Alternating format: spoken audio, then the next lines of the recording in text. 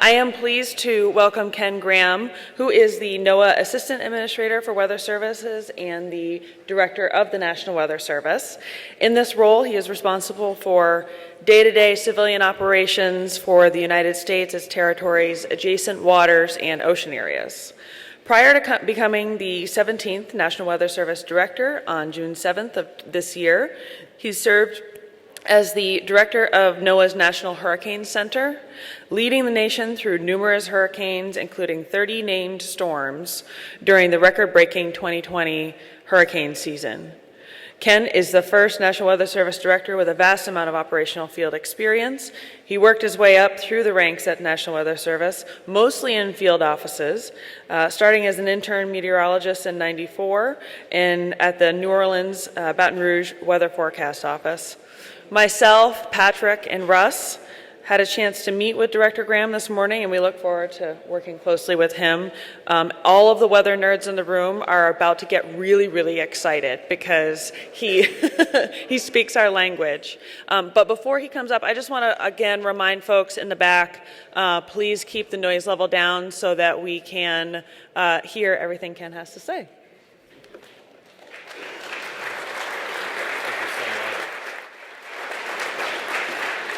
I really appreciate that introduction, and it's just such an honor to be a part of this great group, and just all the familiar faces out there over the years, whether it's hurricanes or floods, fires, everything else over the years. It seems like I've met a lot of you over the years. So I just want to, right up front here, say thank you and how much we appreciate at the Weather Service the relationship that we have with you. We've had so many disasters.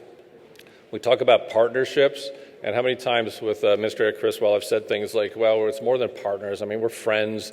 But the bottom line is you sit through these talks and think about the way that we work together with family, right? We're an indispensable part of each other in getting the job done. And that was my big takeaway. I was feverishly taking notes through the whole sessions here on all of that. So whether it was at the Weather Forecast Office or the WFO, the Weather Forecast Office, or NHC, Hurricane Center, now in this job, nothing's changed. It's just absolutely an honor to be an indispensable part of your missions. So I did want to interestingly say, how many of you feel like your last 5 or 6 years, you're busier than ever? Show of hands. Pretty unanimous? John Sokich, busier than ever? No, okay. So you think about it, well, a lot of people have. When you're in the disaster business, you have been busier than ever. I wanted to show this here that's pretty interesting. You start looking at the amount of events. So, Administrator Criswell, you said 15 this year, and you look at, in 2021, $20 billion events, losses of $1 billion. It's interesting to look at this. From 1980 to 2021, the average that we had for $1 billion events was 7.4 events a year, right? 2017 to 2021, $17.2 billion weather events a year. That's an incredible change. And that's the increase in activity that we've had. We've had more population, we've had movements, all adds up to more vulnerability. I think it's a staggering statistic, right? So if you think you're busier than ever, if you really look at the past 5 or 6 years, we have been. You really have been. I was taking some of these notes. We're well over 56,000 wildfires this year alone. And you think about the deployments of the incident meteorologists, the Weather Service folks on the front lines of those fires. So no matter where you are, you're seeing these events. You're seeing more of these events, whether it's a hurricane, whether it's these floods. You talked about the floods, Administrator. I mean, you really look at those flood events. It's just the rainfall rates are higher with a warming climate, right? We're getting more rain. So this is a staggering statistic, and I really wanted to talk about this here. And by the way, you're busier than ever, not because of just this. We just heard the energy sector, cyber, COVID, pandemic, all that's on top of this, right? And so it really has been an incredible period of time. And the details of this graph doesn't matter. Just look at the bars from left to right. The idea here is when you start looking at drought, you look at wildfire, you start looking at flooding, winter weather, you name it up there, right? Heat, tropical cyclones, bars are going up. I mean, if you really look at this, there's just more events. This is the number of events that we get over the years. So it is busier. I mean, the science points to it. You really look at it. It really is happening over time here. And yes, I think over the years I've used it a long time. You look at these events, none of these events care about your timeline. A lot of these events, they really don't care about your plan either, right? You plan the best you can, and there's always this event that just exceeds it. There's always this event that does more, is different. Every single one of these events is so incredibly different. You can't compare one event to the last one. They're different. We tell the public that, and we also have to realize that ourselves. It's amazing how that works. So if you think about this, we can't do it alone. I mean, as we go forward and you think about where we have to go and increased events and more challenges, I mean, without a doubt, we have to do that together. We have to talk about the science and talking about impacts and looking at risk and figuring out what that risk is. Risk is a local perception. When we deal with the public, and by the way, we're all human, right? So we have our own behavioral type things in these events. That risk is based on your past experience. The public does it, we do that. It didn't happen last time. Right? Last time I left, they wouldn't let me back. Or I sat in traffic. All these things play into the risk analysis of the people that we serve. It's all local. You could be 5 miles from the damage, and somebody says, well, it didn't happen, right? That's the challenge. We have to continue to talk about, we're getting so much better with the physical science. We have got to involve in our conferences, involve everywhere that we go, the behavioral science, the social science of why people make the decisions and the risk analysis. It's all local. Perception. During Deepwater Horizon, there was a presidential visit, and there was severe weather in Louisiana. There was going to be a news conference down in Venice, Louisiana, and we had severe weather. So I got a call, and I had to brief the White House on the fact that I don't think you're going to be able to fly down for this news conference. You're going to have to drive. So there were tornado warnings. There was heavy rain. It was a dangerous situation. So the briefing was real simple. Can't fly. You're going to have to drive. You're going to hit some really heavy thunderstorms on the way. By the time you get there, it should be just a drizzle. That was the briefing. Oh, you all are preconceiving where I'm going with this. Look at you. It wasn't quite as bad as you think. So during the news conference, it opens up talking about the oil spill, and as the water dripped off the president's head, and basically says, this must be a Louisiana drizzle. Perception. It was drizzle, but the perception of that drizzle, depending on where you're from, where you are, is different. That's what we're dealing with. Those perceptions are different in the places that we go. That what makes this so complicated. We've got a great history in the Weather Service, 152 years and going strong. And it's interesting, our ability to do this together, because we're in your communities. We run 168 operational units. Most of them are 24/7. We're one of the few agencies, in most cases, you can call 24/7 and talk to a human being. And since I arrived at this conference, it was so frequently said, hey, Ken, come here. I got to tell you about my local office. They're amazing. Ken, you got to come here. This happened dozens of times already. Everybody wants to talk about their local office, and we're so proud of that relationship with you all.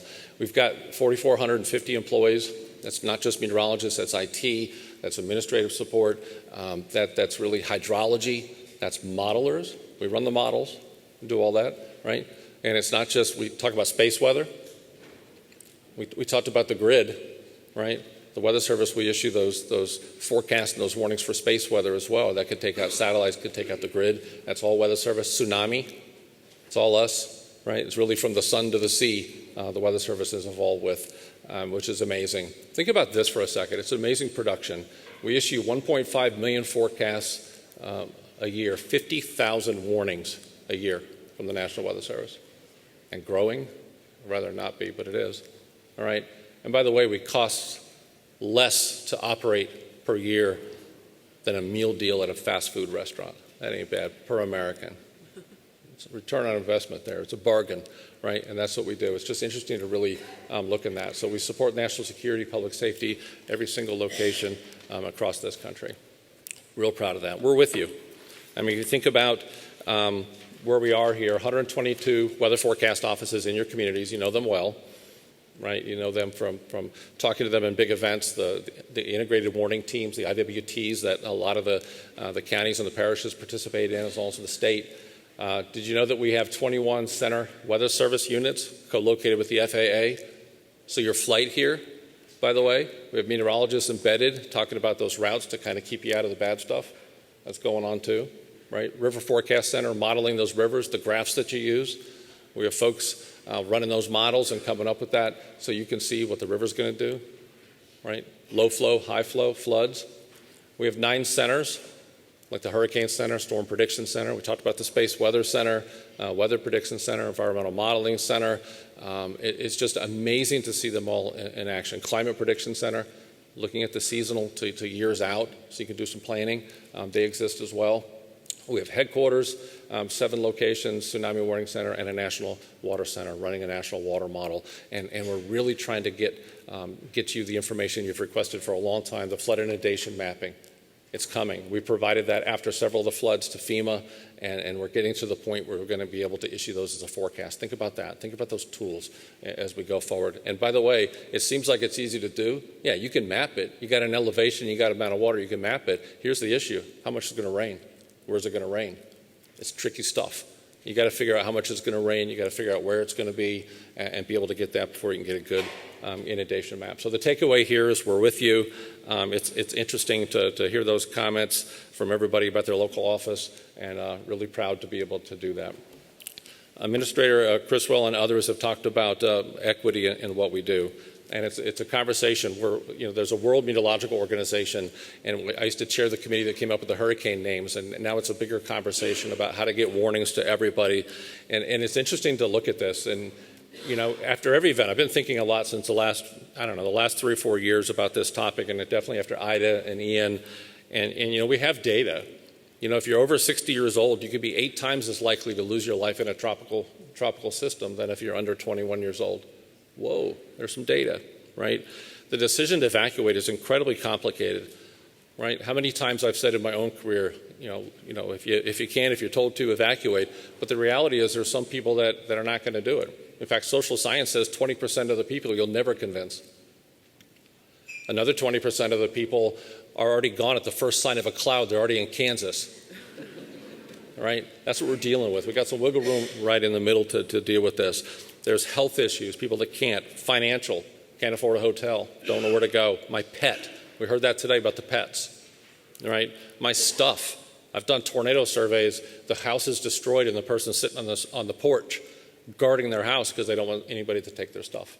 I've seen those surveys, I've been on those surveys over the years. That's what we're dealing with. It's tough stuff. We have to think more about social science, behavioral science in what we do. Heat, a disproportionate amount of fatalities. By the way, the number one killer, right? It's not, you can't see the wind, you can't see the hurricane, you can't see the tornado. It's heat, number one killer. And in urban areas where your nighttime temperatures don't come down, disproportionate amount of disadvantaged folks are really being impacted by heat. These are some of the things the data that we can use. Language. Last couple storms, there were people that talked about they couldn't understand what was going on because of the language, and we're working it with Spanish language. We're working on automated systems using AI to be able to translate our warnings and all into Spanish, the information that people need. And we're going to be looking at AI to expand that. There must have been 30, 40, 50 languages that we can expand that to automatically. Right now we're doing human translation, and we're going to try to automate that going into the future. So I think that's going to be a big thing. So think about this. If you think about the equity part, so where are we going? I got this job now. Same thing. It's like, how did that happen? This is exciting. Been in the job for, 4.5 months or so. Crizzy over there tracks it for me. But it's, looking at where we're going to go in the future. I think 28 years of doing this, I see the value in being eyeball to eyeball with you all. It's in the EOCs. It's the phone calls. It's the phone calls from the state. Hey, Ken, what's going on here? It's being deployed myself into EOCs so many times over the years that I could give a nice PowerPoint. I could give my briefing. I could feel real proud of myself. I said, you know what? I can communicate the dangers of this storm. I can do this. And then the number one question in your EOCs, a lot of times for your meteorologists, maybe others, after that briefing, here I am pretty proud, you'll come up and say, that was a great briefing. What's really going to happen? It's true, y'all know it, right? Or you give this great briefing and it's like, what's the worst case scenario? Right? So if those questions exist, there's still a gap. There's still a gap in our ability to fully portray the risk.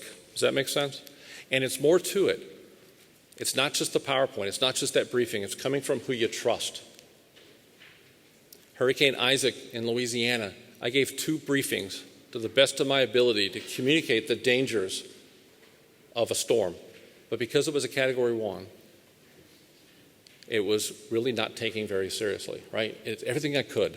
It was slow. It was big. What part of a 14-foot storm surge, what part of a 25-inch rainfall forecast don't you understand? It's interesting.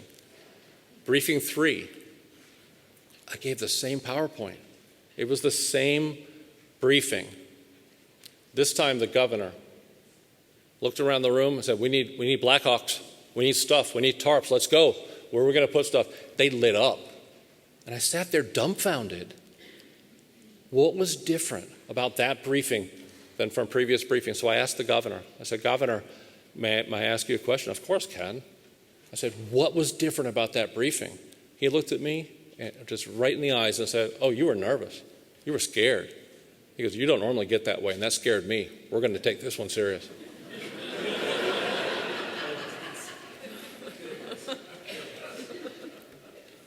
Because you had the relationship, because you had the trust, right?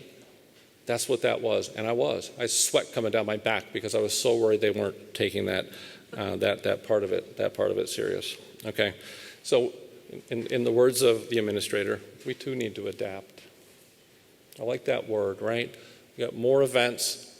We're recognizing the social equity part of this. We're recognizing that people are more vulnerable than ever. We do need to adapt, all right? And if you think about this, we need to grow our collaboration during and definitely before and after the event. Really think of this. It's our products and services. I don't think it's any one thing. I think we could change a product or service, and okay, that might make some little improvement, but it's the combination of everything, right? It's being in your exercises. If you need us in your EOC, ask. I know somebody that can help with that. Being director now, I can do that. Feels good. Deployment to your EOCs, being part of your strategic planning. If you've got strategic plan efforts, we can be there at the table to help out. Talking about the science, talking about where we're going. The media part of it, we can help shape that message. My experience, I did television for 2 years. I've done thousands of live interviews in this job. They're looking for information. They want us to fill in the gaps, because guess what happens if you don't fill in the gaps with the media or social media? What's going to happen? They're going to do it themselves. Then you're going to be playing cleanup. That's what happens, right? Now, you have to realize this too. I talk about this all the time. I'm going to do it again. I'm so repetitive. My mom gets information differently than I do, which is different from how my kids get information. I got 2 19-year-olds and a 21-year-old girls, right? My mom will watch TV. She'll do her thing there. I'll do a little more social media, some TV. My kids, if they don't get it on TikTok, on a skateboard, holding a fuzzy poodle, they're not going to get the information. Yet as a community, there's so many of us that say, I don't do that social media stuff. You better hire somebody that does, because that's how the next generation is getting the information. All right. So I think there's a growing need for us to continue to interpret all this information. Does that make sense? There's so much information that you have to digest in the heat of the battle. We have to be there with you. We have to be there to be able to do that interpretation of the information, and we are, right? We're doing those briefings and so forth, because here's the reality. Back to psychology and back to, it's interesting how this works. People, humans, we're all humans, they have a natural tendency to go hunt, shop, find, search for the information that they're looking for based on their personality type and their Myers-Briggs score. Does that make sense? You see this over and over the years. It's the public. I've seen others do it. It's really this whole, I'm going to wait longer. I'm going to keep looking for the information that I'm really seeking. I see it. I hear it on the phone, I see it, and I see it in action, and we got to think about that. So really what we're talking about in the future is really taking that out of it, eyeball to eyeball, to interpret that, to be able to say, yes, you can shop around. However, we've taken that work away, right? Over and over, we'll find a model. I'm just being honest here, we've got to have this honest talk. I will get phone calls from the highest of elected officials. Hey, Ken, have you seen the latest European model? And I try not to be sarcastic, right? I come back saying, that's our job, sir, ma'am. We do that for a living. I have seen it and analyzed it. So that's what's happening. That's what you're dealing with the public and others. They're looking for information. So we're really trying to be there with you to take that out. We got to take our warnings and our forecasts, got to connect it to your decision-making process. You got tough decisions to make, tough ones, right? We could put some science behind that. We could put some reality behind that. And that's all that impact-based decision support services that we talked about. So eyeball to eyeball, here are my priorities since I got the job. It's our people in the Weather Service, it's the infrastructure, and it's our future. We have so much passion in the Weather Service. I got to take care of our folks. If I take care of them, they'll take care of the mission, right? I got to give them the tools that they need. I got to give them the future they need. I get flexibilities. We talked about this morning about the flexibilities in our jobs. Let me tell you, listen to what's going to happen to us as a community, because we're part of this family, right? The next generation, I give talks to the next generation of meteorologists. I just came back from Penn State. I was interested in what their number one concerns were, and it was really simple. It was flexibility. It was, I want to work there, but I have a family. The shifts are hard. The way you rotate the shifts, can I work at home? They're asking these questions, right? So we're really trying to figure out how to take care of people. How do we become more flexible and nimble as a weather service going forward? So we're talking about that, right? We're actually talking about these, and we have teams built to be able to look at it. And I'll get into the details right here because 30 minutes always goes incredibly fast. Here's what we're doing, all right? I told you we have a passion, so much passion that the Weather Service and you all too can do anything. The problem is I think sometimes we're trying to do everything. So I'm really trying to focus this on some things that are really going to pay some dividends to your operations. And one of them is, and how many of you do NWS chat? Yeah, we're fixing it. So I've already heard from a few of you today. So by August of 23, we're going to have Slack in place. Slack is a way to do chat on the cloud, and we're going to have it in place, testing it in March, and then have it fully implemented across the country in August. So it's good news. We're excited about that. That's coming.